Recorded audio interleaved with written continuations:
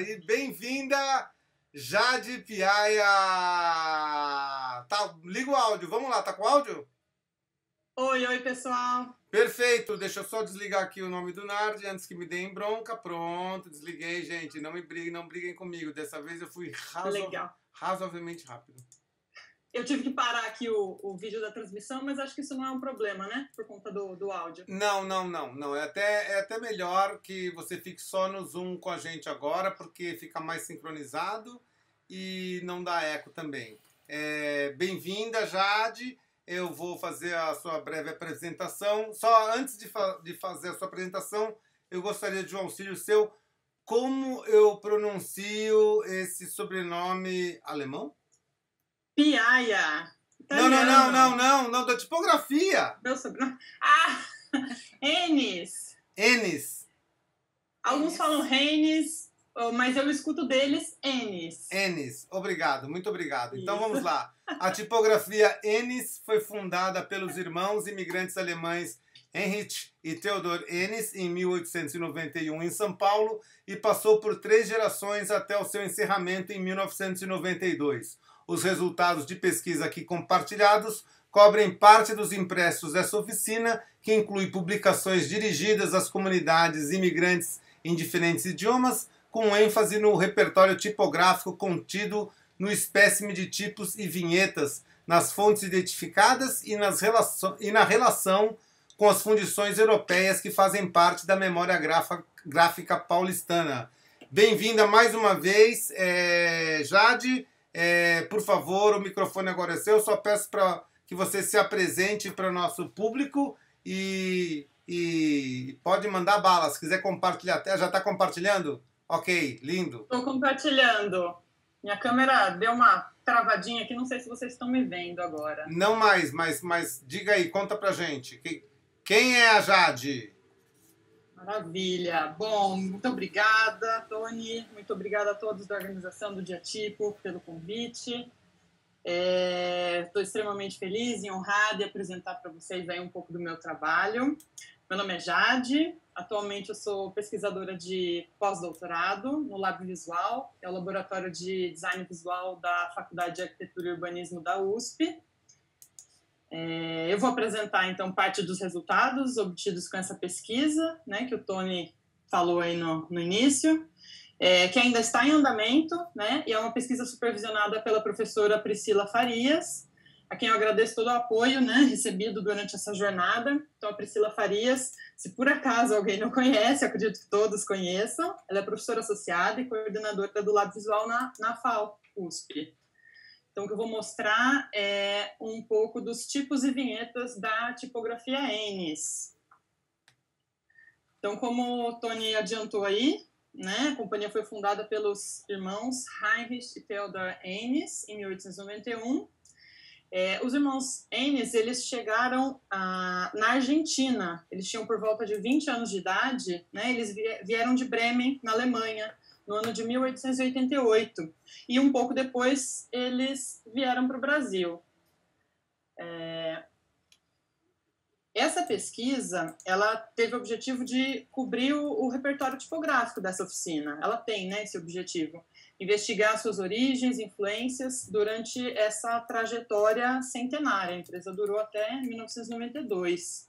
E contribuir aí com estudos em memória gráfica e cultura material dentro desse recorte geográfico e temporal. Então, a oficina passou por diferentes composições societárias, né, durante esse tempo, e o que refletiu na nomenclatura da empresa. Então, em 1891, eles iniciaram as atividades aí como Enes, Schultz e Companhia, e no ano seguinte, eles mudaram o nome para Enes e Winiger, e depois para Enes Irmãos. E quando eles mudaram para Enes Irmãos, eles tiveram o Heinrich e o Theodor como os únicos proprietários, né? Em 1925, o nome da empresa mudou para Enes Irmãos e Companhia, com a entrada de novos sócios, e então para Enes e Companhia, que permaneceu em uso pela empresa e até o seu fechamento em 92. E no final, eles também atuaram como papelaria, que vocês podem observar aí na última assinatura gráfica. Então, e durante o tempo, né, que a empresa esteve ativa, eles passaram por diferentes endereços na cidade de São Paulo. Eles iniciaram as atividades na região central, na Rua dos Imigrantes, depois na Rua da Caixa d'Água, né? Em 1906, eles instalaram uma oficina num edifício próprio, na Rua Riachuelo, que é esse da imagem, né? E com o crescimento da cidade, na década de 50, a oficina foi transferida para o Brás, uma região mais industrial naquele período. E aí, como curiosidade, eu trouxe aqui uma foto atual da Rua Riachuelo, né? O prédio ele existe até hoje. Ele foi dividido depois da venda, então essa parte em branco, que é um estacionamento, hoje fazia parte também do prédio ao lado, né? Era a papelaria e a oficina tipográfica. O que me ajudou a reconhecer foi tanto essa parte de cima do próprio prédio da Enes, quanto essa lateral, né, do edifício. Essa lateral aqui, ela foi preservada de um banco que preservou a fachada original. Isso foi bem interessante, ajudou a identificar a numeração atual, né?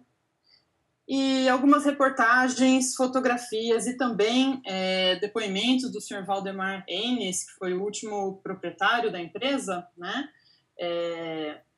Mostram aí as máquinas de impressão e encadernação, elas ficavam no piso térreo, então essas máquinas mais pesadas ficavam no térreo. O setor de composição tipográfica, ele ficava ali no segundo piso, aquele pedacinho que dá para ver na primeira imagem que eu mostrei, né? E no terceiro piso, eles tinham aí um setor de acabamentos, né? E entre esses três pisos, os materiais, né, os tipos, os papéis, os impressos, eles eram transportados por um elevador manual. Isso foi contado pelo senhor Valdemar Enes durante uma entrevista, né? Então, eu achei extremamente interessante, coloquei aqui para vocês. Vou falar um pouquinho sobre a pesquisa. As fontes, elas incluíram a consulta, né, as publicações impressas pelos Enes e o acervo privado da família Enes, que é feito de documentos, fotos, catálogos de tipos, ornamentos, suprimentos gráficos. E a coleta de dados visuais ela foi feita por scanner ou câmeras fotográficas ou serviços de digitalização oferecidos pelo acervo. Né? Então, isso mudou muito de acordo com a política de cada acervo consultado. Quando eu iniciei essa pesquisa, há um ano atrás, eu tinha o conhecimento somente de 38 títulos impressos pelos Enes, né? E a pesquisa se baseou nos dados do impressor, então são os dados da imprenta, e não em dados como o título do livro, do periódico ou o autor dessas obras, que essas informações não eram conhecidas, né? E isso foi um desafio, porque algumas bases de dados não incluem os dados do impressor para busca, alguns acervos não têm uma base de dados completa ainda, isso ainda está em construção, ou alguns não têm base de dados para você acessar, nenhuma. Então, eu trouxe aqui o que eu tenho até então, né, que são mais de 450 impressos produzidos por essa oficina, e foram coletados nesses acervos, especialmente em São Paulo e no Rio de Janeiro, mas a pesquisa também incluiu arquivos localizados na região sul do país e em outros países, como Portugal e Letônia, essas consultas todas à distância, já por conta da pandemia. E essas imagens foram coletadas, as capas, especialmente para essa timeline, foram tratadas e organizadas aí nessa linha sequencial. Então, eu vou dar aqui um zoom para que vocês consigam enxergar um pouquinho mais, né? A maioria são livros e revistas, mas inclui também alguns jornais e relatórios anuais que circularam em São Paulo, principalmente na virada do século, né, para o século XX. Nesse detalhe, tem ali a primeira publicação impressa, que é o jornal Progredior, de 1891, e na sequência os impressos nas primeiras 3 décadas aí de atividades da oficina. Então, nesse período, ele coincide com um boom na imigração no país, né? Os Enes, eles publicaram em diversos idiomas. Eu vou destacar aqui alguns exemplos. É importante lembrar que nessa linha do tempo, então, algumas publicações seriadas tem só um exemplar por ano, né? A revista Algo Imperial, ela era quinzenal. mas não fazia sentido eu colocar todas as capas dos exemplares, senão ficaria inviável a construção dessa linha do tempo, né? Então, uma amostra por ano, no caso dos seriados. Então, algumas publicações, né, em outros idiomas. Aqui tem um primeiro livro em francês, que traz as notas biográficas do Dr. Steven Léon Bourreau, de 1892. Um segundo, um jornal italiano, Il Lavoro, é uma publicação semanal do Centro de Imigração Italiana, entre os anos de 1893 e 94. E o Eco Português, um semanário português impresso em 1897, que era um jornal voltado para a comunidade portuguesa, estreitando aí os laços com o país de origem. Esse é um jornal leto, né, que foi pioneiro em São Paulo, e Dominiques, não tenho ideia de como se pronuncia corretamente o nome do jornal. Ele foi editado pelo Júlio Malves e circulou em São Paulo entre 1907 e 1909, né, durante 3 anos. Esse periódico ele coincide com o início da migração leta para o estado de São Paulo. E eu consegui consultar 31 edições desse jornal, que foram digitalizadas pelo Museu e Centro de Pesquisa Letões no Mundo, que funciona na Biblioteca Nacional da Letônia, em Riga. E um dos fatos mais curiosos, neste caso, é que o jornal envolve o uso de letras latinas, ao invés das fracturais, né, os tipos estilo gótico, que é mais pesado, utilizados na Letônia naquele período. Então, eu tenho um estudo em andamento voltado especialmente para este caso, desta publicação. Tem também uma versão do livro Graziella, do Afonso de Lamartine, que foi traduzida para o árabe, impressa em 1911. Esse é um caso bastante curioso, né? O livro ele foi catalogado na base de dados da biblioteca somente como Graziella, o título, e não tinha nenhuma indicação na base de dados do idioma que estaria essa publicação. Então, foi uma surpresa quando eu peguei esse material, né? Não esperava. E a última página em árabe, né? A última capa, essa em rosa, essa terceira imagem, bem menos ornamentada que a primeira, né? Que a capa em português, ela na verdade, a primeira capa, né? E todas as páginas internas, elas foram compostas exclusivamente com tipos árabes, né? Aqui tem algumas publicações voltadas para a comunidade alemã, né? Elas fazem parte do acervo do Instituto Matthias Staden, em São Paulo. Lá foram mais de 80 publicações impressas em alemão, e muitas estão relacionadas com o setor de educação, com temas relacionados ao Brasil e América Latina, como esses 2 exemplos. Inclui também instituições de caridade, sociedades recreativas, sociedades alemãs, e hospitais e igrejas, como nesses 2 exemplos, né? E tem uma similaridade notável aí entre essas publicações, principalmente pela presença de molduras, de ornamentos geométricos, né? Tem uma composição quase que sempre centralizada, né? Aqui, voltando para a timeline, então tem uma sequência de impressos logo após 1910, aí até mais ou menos 1940, né? Ainda com muitas publicações nessas primeiras décadas. E aqui, depois da década de 40 até 64, quando a linha do tempo termina, o número de impressos ele cai bastante nesse período, né? E isso é reflexo de uma mudança da postura da própria empresa, né? Que ela passa a ser voltada muito mais aos clientes comerciais nas últimas décadas, né? E vai deixando aos poucos aí o setor editorial. Eu coloquei também alguns anúncios que eu acabei encontrando nessas publicações da empresa, né, da oficina tipográfica, que traz um pouco de como eles atuaram aí, né? Então, eles atuaram como importadores de materiais gráficos, de máquinas, de tipos, eles atuaram como impressores, pautadores, encadernadores, né? E um destaque especial para esse anúncio maior aqui no meio, em português, né? Fala que eles foram pioneiros na fabricação de cartões fantasia em alto relevo e aerografia, né, no Brasil. Bom, agora eu vou mostrar um pouquinho do espécimen de tipos da Enis. Eu tenho ele e mais um outro para mostrar em mãos aqui para vocês no final.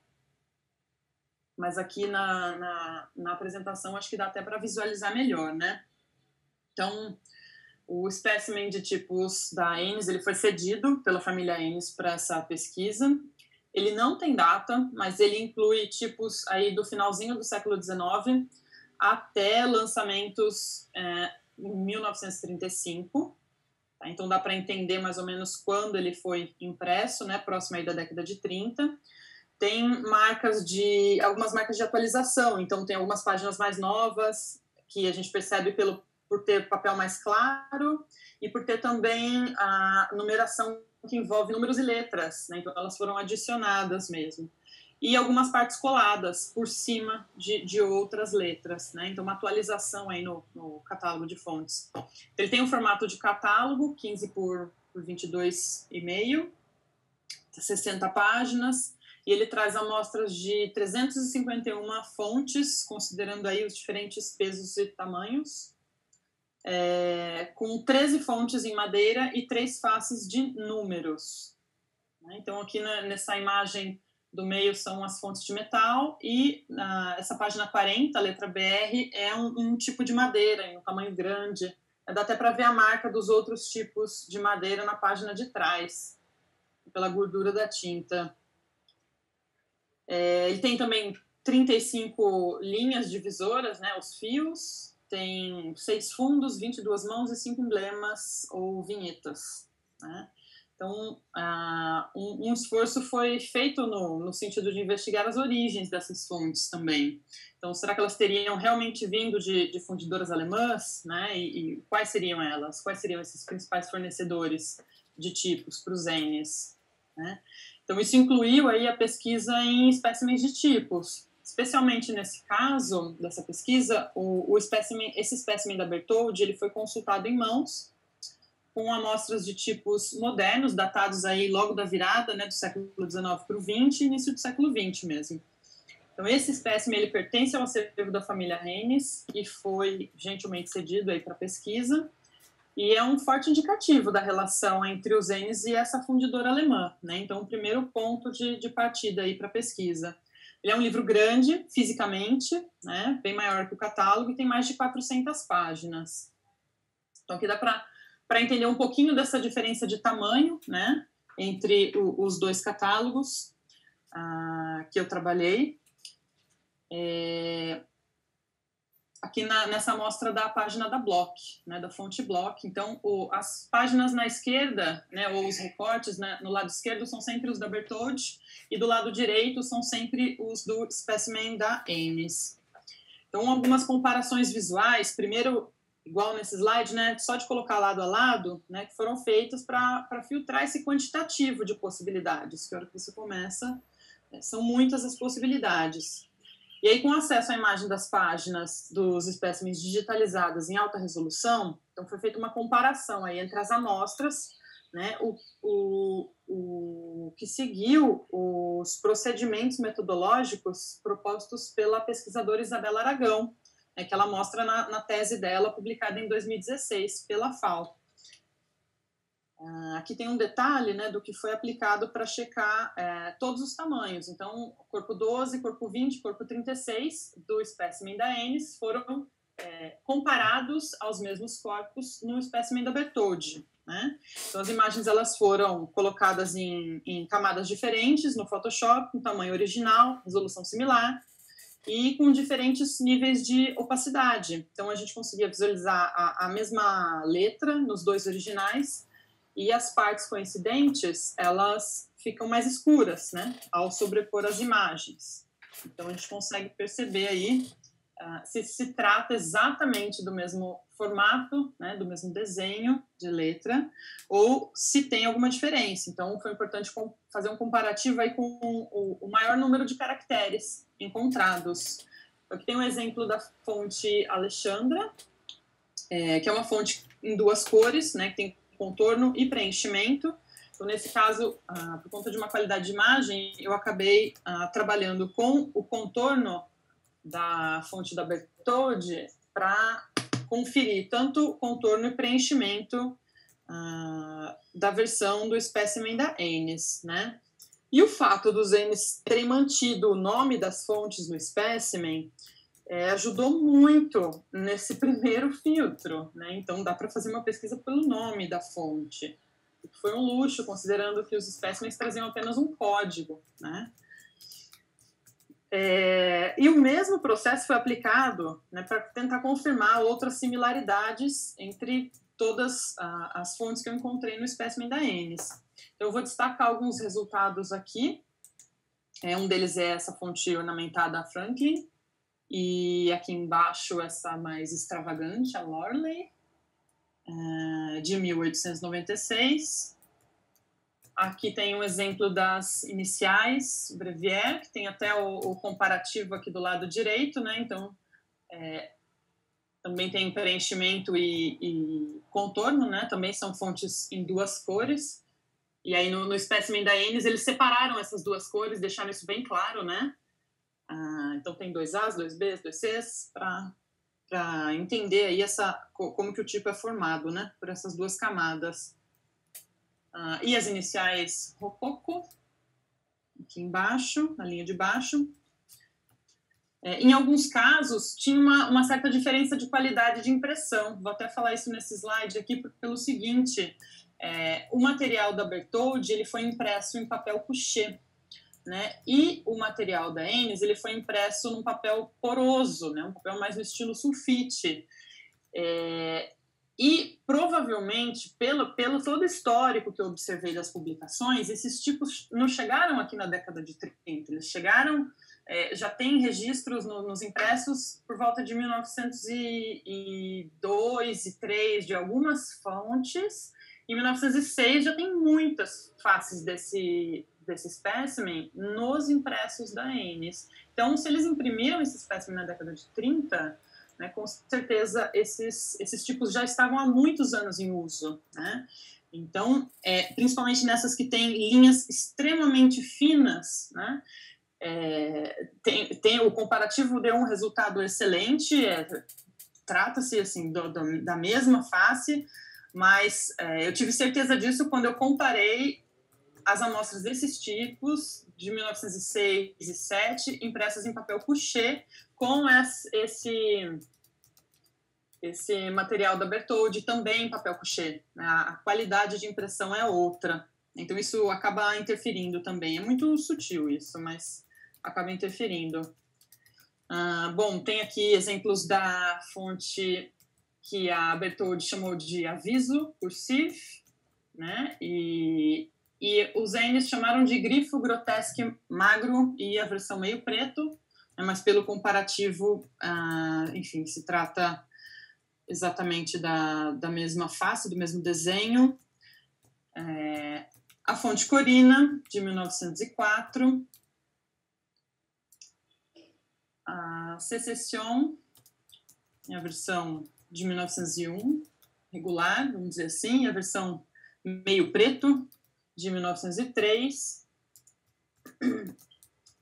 A Antiqua Augustea, de meados aí de 1905, com as variações cursiva e meio preto.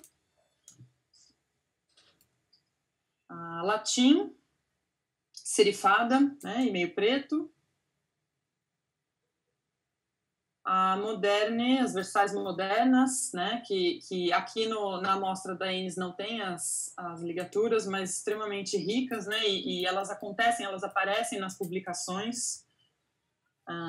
E a fonte Medieval, que a Bertholdi chama de Angelus Medieval, e no espécimen da Anis eles usam o termo canon medieval, né? Então esse termo canon se refere ao corpo de tamanho 36 pontos.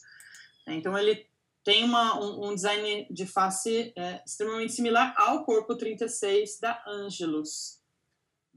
Eles usaram diferentes tamanhos dessa fonte nas publicações. No espécimen, acho que só sobrou o corpo 36. Então, eu tô cruzando esses dados ainda, então tá aparecendo muita coisa nova e interessante também.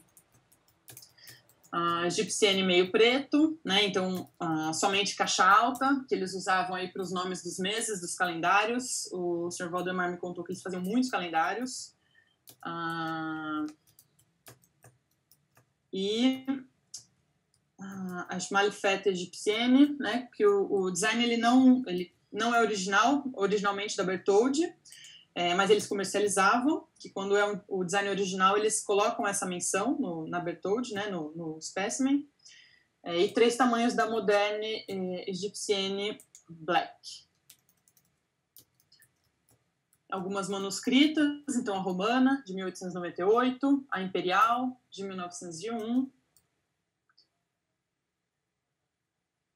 e também aqui uma amostra da Princess, né, que as duas empresas utilizaram o mesmo nome, essa de 1905, uma versão light iluminada da Gutenberg Gothic de 1882. Então, essas são algumas que eu trouxe aqui dos comparativos da Bertoldi. Eu fiz também um comparativo em que foram identificadas aí 14 fontes nos espécimens da Funtimod, né, que é a fundição de tipos modernos, que era localizada em São Paulo e também tinham filiais em outras cidades do Brasil. Então, é conhecido pela pesquisa da Isabela Aragão que o desenho das faces tipográficas comercializadas por essa fundidora, eles têm origem alemã, especialmente da De Stempel, e aí eu trouxe algumas amostras aqui para destacar, né? Então, a Antiga Salão, a Gladiola, a Grotesque, Largo Magro e Meio Preto, a Cabel, a Mundial e a Visite. O próprio Valdemar Enes, ele confirmou que no período que ele esteve à frente da empresa, então quando os tipos quebravam, perdiam, né, ou estavam gastos, ele repunha comprando da Funtimod, né? Então já também cruzando nomes, né, e essa informação me ajudou a chegar nesses comparativos. E as imagens dos espécimens da Funtimod foram aí gentilmente cedidos pela Isabela Aragão para essa pesquisa. E é claro que nem tudo são flores.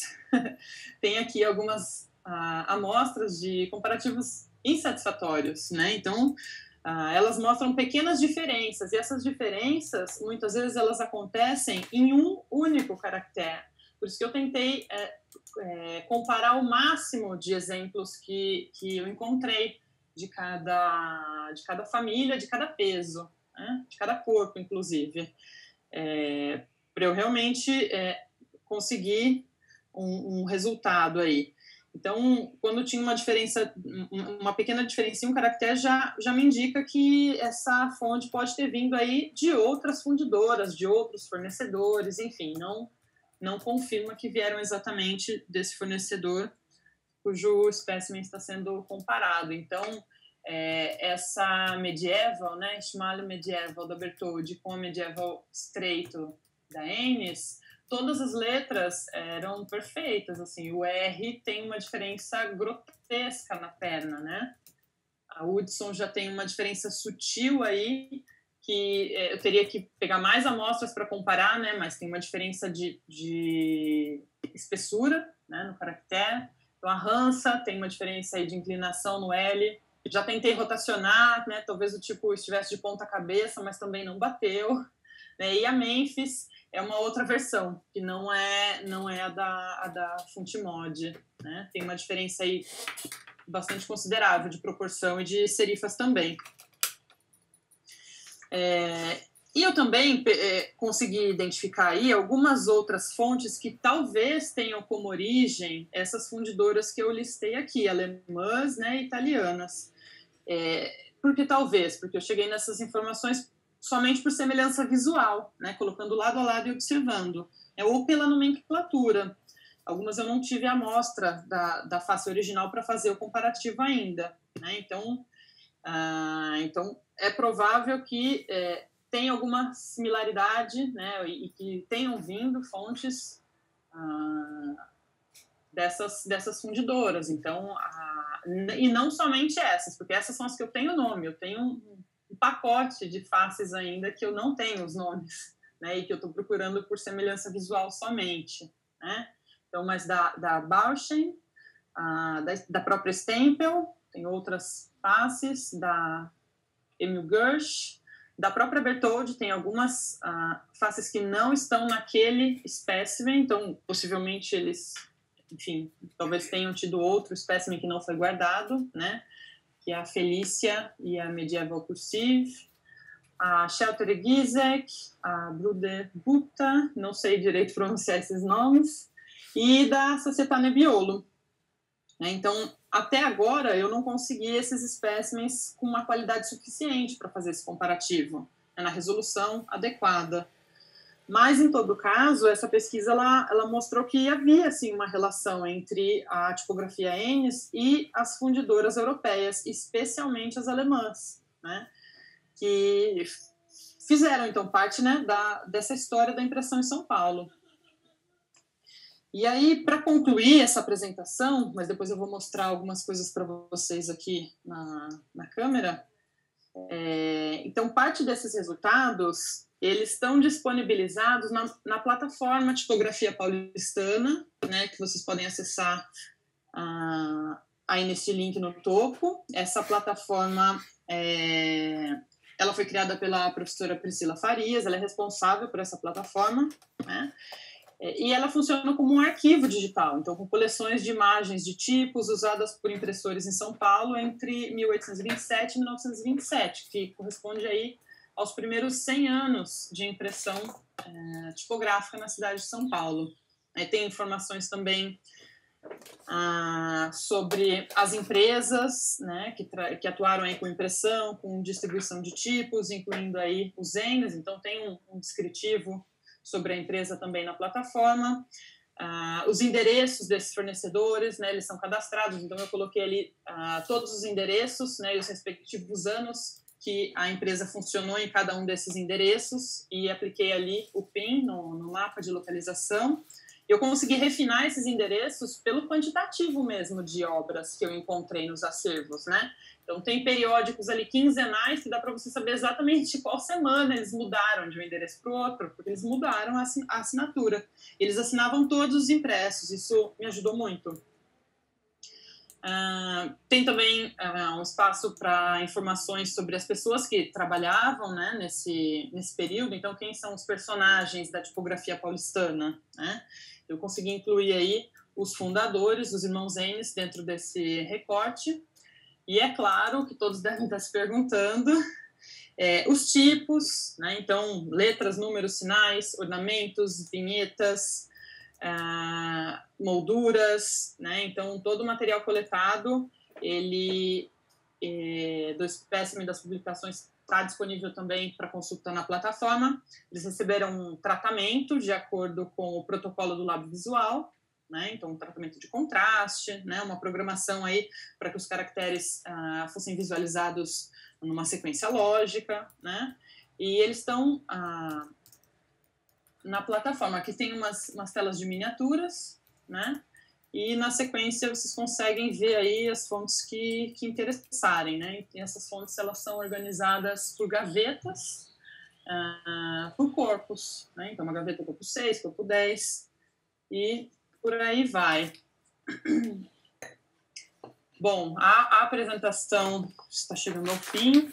Eu gostaria de agradecer, né, o apoio recebido, agradecer a supervisora Priscila, agradecer a toda a família Ennis por todo o apoio, materiais de pesquisa, e agradecer a FAPESP pelo apoio recebido para essa pesquisa, né? Vou deixar meu e-mail para vocês, caso queiram colaborar, caso tenham aí type specimens com aquelas faces que eu listei para me ajudar, podem mandar no meu e-mail, vou ficar muito feliz. Não sei, posso interromper aqui o compartilhamento? Eu tenho algumas coisas para mostrar ainda, Tony. Não sei se eu tenho tempo, não sei como é que tá. Pode mostrar, estamos com tempo.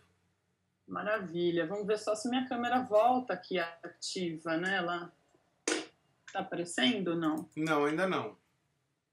Opa, peraí. Deixa eu desligar e ligar ela novamente. Vamos ver.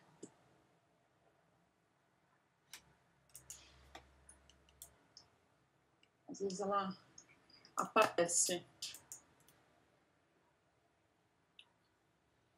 Vamos aguardar.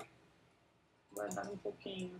Não tem problema nenhum. Aqui no Dia Tipo X, vamos então a mais algumas informações. Vamos agora às perguntas com a Jade. Antes do Fernando, a gente vai ter uma breve conversa com o Diego Maldonado. Mas vamos lá, Jade. O que mais você tem para mostrar aí? Saideira. Maravilha, legal. Tem aqui o specimen que eu falei para vocês, né? Eu mostrei ali na apresentação. Aqui acho que fica mais fácil de ver a diferença de coloração entre essas páginas, né? E como ele foi um material que foi sendo atualizado, então fica difícil a gente dizer exatamente uma data para ele. Não estou conseguindo achar agora aqui alguma página que tenha um remendinho que a fonte foi colada por cima. Foi atualizada aqui. Foi atualizada. Não sei se vocês conseguem ver. Sim, chega bem pertinho, por favor. Até o fato de ter uma página em branco, né? Faz com que a gente perceba isso.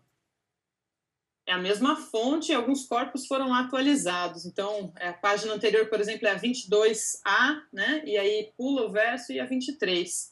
Para vocês. E a mesma coisa acontece no da Bertoldi, viu? Ele tem numerações que vão incluindo asterisco, cruzinha, bolinha preenchida, bolinha de contorno e por aí vai. E eu tenho aqui mais um também, esse é inédito, esse não está na apresentação, que é o próximo catálogo que eu vou trabalhar aqui na pesquisa. Esse é um catálogo datado de 1930, né? Vamos lá. Ele tem principalmente clichês, vinhetas, vocês estão vendo aí? Sim. Aparecem animais, máquinas, equipamentos, tem páginas também com pessoas trabalhando aí em diferentes profissões, tem personagens, tem algumas palavras, né, modelo de corte de roupa e tudo mais. Tem também umas coisas interessantes. Isso tudo não está ainda na plataforma, vai estar em breve. Algumas amostras de clichês com 3 cores, né? Uma composição colorida. Isso eu não faço ideia ainda de como eu vou tratar. Mais manículas, entrelinhas de aço, círculos de latão. E aí, mais para o final, tem também molduras.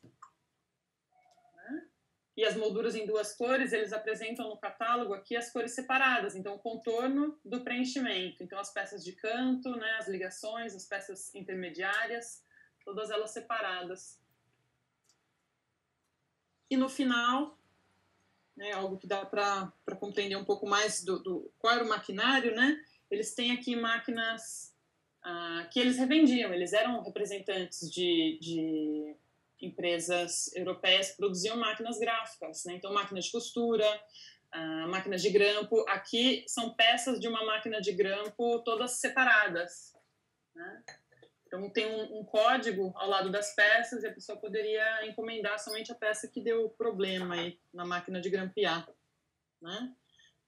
Máquinas de perfurar, né? Componedor, pinça, rolo, bolandeira, material para estereotipia. Tudo isso está aqui no final do catálogo. Esse é um material que ainda não foi tratado, mas em breve estará disponibilizado. Muito, muito lindo o material, incrível, incrível a sua pesquisa. Temos perguntas, Mônica? Sim, Jade, o Cláudio está perguntando o que aconteceu com os tipos. Então, eu fiz essa pergunta também para o senhor Valdemar. Ele vendeu tudo. Ele vendeu tudo para uma empresa no Brás e provavelmente para reciclagem do próprio material, né, de chumbo, porque ele já tinha se mudado para Campinas, ele fechou a empresa, pagou todo mundo, vendeu tudo que tinha e veio de vez para Campinas. Então, não se sabe, mas assim, eu até liguei em algumas empresas no Brás para perguntar, mas não tem esse histórico de de quem eles compraram e para quem eles venderam. Isso não ficou armazenado, né? Isso foi em 92. Então, essa informação se perdeu. E, Jade, não é exatamente uma pergunta, mas alguém reconheceu num slide seu, eu acho que era uma tipografia Giesiek, e é da família, e tá desenrolando toda uma discussão paralela aqui, histórica, que eu acho legal, se você quiser dar uma olhadinha depois. Olha, que bacana. Tá? Acho que... Vou dar uma olhadinha no chat, sim, para acompanhar. Legal. É isso. Tinha um fornecedor aqui no Brasil, então, deles. Olha que bacana. Eu vou ler certinho o chat, assim. Muito obrigada. Obrigado, já de últimas palavras. Muito obrigado pela sua apresentação. Foi muito informativa, muito bonita. Se você quiser falar aí algo, é agora, porque já estamos com os nossos próximos palestrantes engatilhados. Opa! Então eu só quero agradecer a vocês pelo convite. E se alguém quiser falar alguma coisa da pesquisa, quiser trocar ideia, conversar mais, ter mais informações, pode me escrever, tranquilo que eu respondo. Tá bom? Obrigada a todos.